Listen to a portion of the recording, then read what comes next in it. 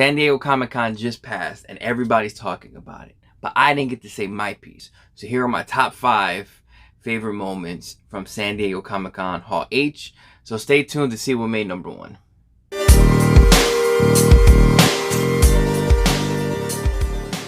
Mi gente, what it do? That guy Ralph, new video time. This was a quick one.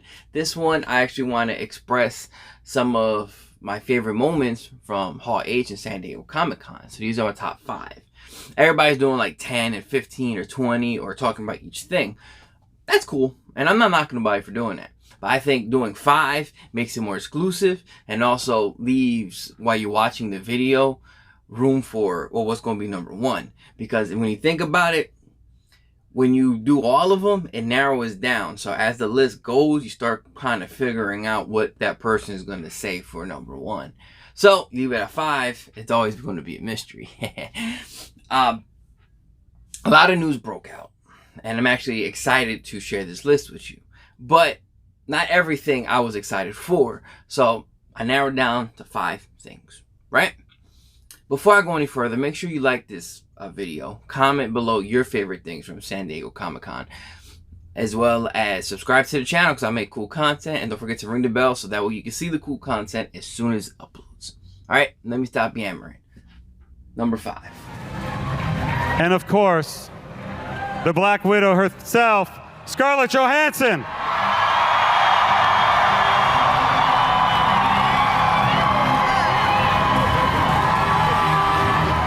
That's right, people. For number 5, I have the announcement of the Black Widow movie. We all knew it was coming, but I'm actually excited for it, mainly because of I want to see what happens. I want to see what happened. Black Widow, I feel like, had a lot of potential as far as the character goes. They didn't do much with her. It's kind of bumming that Captain Marvel got to have her first film before Black Widow did, and Black Widow's been in the MCU as little after Iron Man did. She's been in this game for a minute, so I get to see her, and I feel like her use of skills and all that will make for a better film, so it's not like she's relying on superpowers. So that's pretty cool. So I'm actually kind of excited to see that. So that was my number 5 pick, and also we get to see Scarlett Johansson. Wink, wink. Okay, let's go on number 4. The Falcon and the Winter Soldier coming to Disney's new streaming platform, Disney+. This Disney+, let me tell you something, is giving Marvel Studios an opportunity to tell so many more stories that we haven't been able to tell before. Most specifically, what's going on with the Falcon and Winter Soldier post-Endgame. Ladies and gentlemen, Anthony Mackie and Sebastian Stan.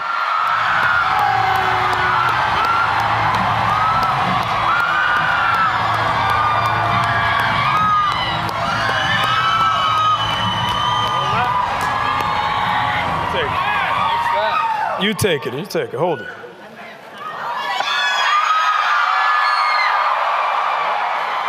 Thank you. All right, that's enough. Let me get it back.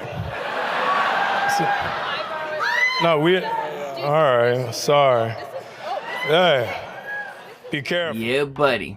Falcon and Winter Soldier in one series. When I first saw that in Endgame, when Cap gave the shield to Falcon, I thought that was the coolest thing ever, because a lot of us know that Falcon does become Captain America in the comics. But that's not why I was excited. I'm excited because when Anthony Mackie first came in Winter Soldier, I thought he was a really good character. He was entertaining. He did good for his role. And I love Bucky. Bucky is probably one of my favorite MCU characters, period. So to see them two in one show, like when you see them in Civil War, it's exciting to see it, and I can't wait to see what happens in the series. And I hear Baron Zemo was supposed to be coming back with his mask, so I'm excited to see that too. You know, the guy I thought was kind of dorky looking, but hopefully he's intimidating looking with the mask on, because you don't see his face. But who knows? Disney Plus, you might have a subscriber. Very first animated series ever from Marvel Studios. We've been working on these movies for 10 plus years. There are always ideas we have, always other things we want to try. And with this, all of those set in stone MCU scenes and experiences you've seen before, you will see different versions of in this. Something incredibly exciting about it is that a huge majority of the actors from our movies are reprising their roles in very different forms in this animated series. And you may have heard an awesome voice narrate that piece. That awesome voice is the Watcher, played in this series by the amazing Jeffrey Wright.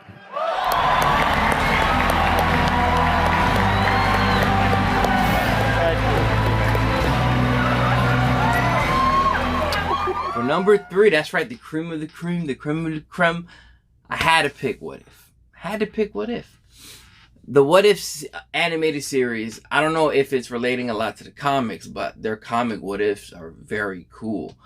And the new issues that they re-released with the What If was actually pretty cool too. My favorite one was actually Spider-Man becoming Punisher, because it makes you wonder, like, what if he took that dark past and started just killing people? But I think the idea of doing What Ifs for their movie universe, as Kevin Feige said, gets to explore places where they wanted to in the film, but instead it stuck to a different route. So it makes you wonder, like, what the hell do they have in mind?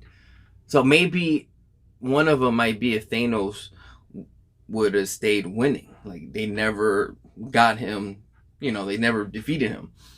You know, like, never went back in time, never killed, whatever the case may be. Maybe that's one of the episodes. I don't know, but I'm actually really excited at. And I love animated stuff. Animated stuff always tends to, you know, get my cock hard. And I love watching it. So I want to see where this What If takes you. And the fact that a lot of the movie actors are coming back to voice their characters is another reason I'm excited. So I get to see Evans back as Cap and RDJ back as Iron Man. Kind of. I mean, you know, it's their voice, but who cares? It's still them. Still playing the character. Doctor Strange in the Multiverse of Madness. Say hi to the director, Scott Derrickson.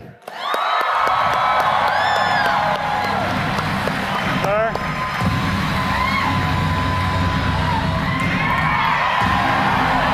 You know what excites me about Doctor Strange? What? The fact that Benedict Cumberbatch plays him. Yes, absolutely. Ladies and gentlemen, Benedict Cumberbatch.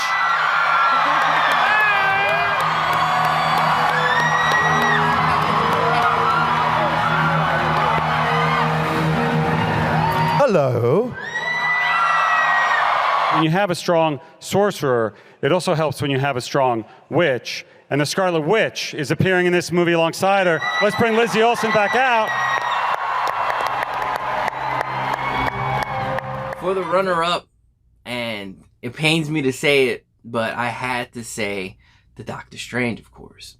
As most of you guys know, I'm a huge Doctor Strange fan. He's actually my favorite Marvel character. And they've been saying for the longest Doctor Strange is supposed to have a scary film. When Doctor Strange 1 was first being made, they said it was supposed to be the darker Marvel movie. I didn't see that at all. But the effects was really cool. And the fact that he's saying in the Madness multiverse or something like that, it's really cool. It's really cool. And seeing Scarlet Witch come in and help Doctor Strange is another cool concept. When you think about it, she's a witch, you know, and they really get to explore her magic. And for the longest, I could never understand if she was magic, a mutant, if she was, well, she obviously wasn't a mutant because they didn't have the rights when she was released. But I didn't know what was going on with her, or I didn't know it was some type of like the superpower, you know. But now we get to see that being explored more, so I think that's really fucking cool. And I just love Doctor Strange. I want to see where this goes, and I'm hoping, really, really fingers crossed, that you see Doctor Strange deal with Nightmare, because that's what makes the most sense. If they're dealing with a dark movie, might as well bring out Nightmare. Perfect sense. Or maybe we get to see Miss Fido. Oh, please, Miss Fido, come. Listen to us, fans. Miss Fido, MCU. Please. But I want to leave you today with one more thing that I don't think has been rumored about. Ladies and gentlemen, two-time Academy Award winner, Mahershala Ali.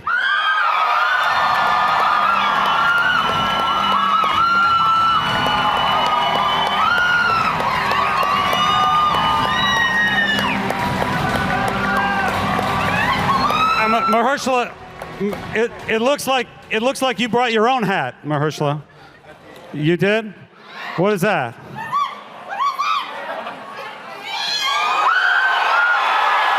Thank you, Hall H. That number one shocked you guys, didn't it? Blade. Oh my God. I actually lost my shit when I found out that Marshall Ali, I'm sorry. I'm sorry, mess up his name, but his presence as a person, as an actor, is phenomenal. And Blade was one of my first favorite superhero movies as a kid. I'm young, guys, I'm sorry, but Blade 1 came out in the late 90s. I was born in 93, so I was a kid when the fucking movie came out. But Blade was awesome. Yeah, I saw it, I don't care, whatever. But Wesley Snipes brought the character to life, and when you see Blade in other things, it's the coolest shit ever. And to see Blade come back, I think he's a character with a lot of potential, but to see him come back and kick some vampire ass is always something you gotta sign me up for. I'm just super excited to see it. And I think he's not getting a lot of the excitement that I would have expected, mainly because a lot of people say they just wanted to see Wesley Snipes come back, or some people it's more like they didn't want to see a reboot. But to me, it's more like seeing a character in a different lighting, and they picked a good actor to play it. A lot of time, and he was fan casted for the longest from a lot of fans to play Blade. So now he's being casted, and I'm like, yo, where the hype at? But I'm super excited, and that was my top 5 list. Nothing against the other films. This is more my own personal opinion, and as I say in a lot of videos, opinions are like assholes. Everybody has one. Are the other films are going to be good? Who knows? I don't know yet. They might be. But these are the ones I'm most excited for, whether it be the What If series or the Falcon and Winter Soldier. Those are series I'm excited for. And then the films. Another thing that I think is interesting is the whole Jane Foster coming as Thor. I'm not really excited for it, but it's interesting to see. And I don't know, that's just my opinion. I'm not knocking anybody who is, because if you are, more power to you. The more fans get what they want, the happier the community is. But there are always going to be people who's going to complain about it. Not really complaining, it's just more like my preference, what I like, my opinion, my asshole. But tell me what you guys think of my list as well. Tell me what your favorite moments was in San Diego Comic-Con. And I don't know, maybe what if you had the Marvel Studio rights? What would you have done differently? Or what would you release first? Let me know in the comment section below. Don't forget to like this video, comment, subscribe, and ring the bell for notifications. Alright? San Diego Comic-Con, nerds come together, geeks come together, and share a lot of thoughts. But what do you think of my thoughts and my excitement? Thank you for watching this film. And don't forget to subscribe to the channel and check out some other videos, because I do make some cool content. And I think you guys will like this stuff. Alright? Thank you again, people.